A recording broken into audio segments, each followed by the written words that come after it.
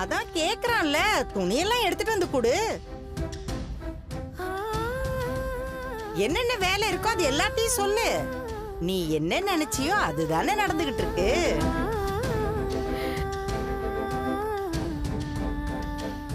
என்ன பேசிட்டு இருக்கிற நீ? உண்மையதாங்க சொல்றேன். ஆனா ஒண்ணுங்க, இவனுக்கு இந்த வேலை தான் சரி. பாருங்களேன் எவ்வளவு அழகா தொடப்பத்தை பிடிச்சு பெருக்குறான். நம்ம ரூம்லயும் கொஞ்சம் பெருக்க வேண்டியிருக்கு. அடுத்து அங்க வந்து நிறுத்துறீங்களா? கொடுங்க, உங்களை தான் சொல்றேன், கொடுங்க.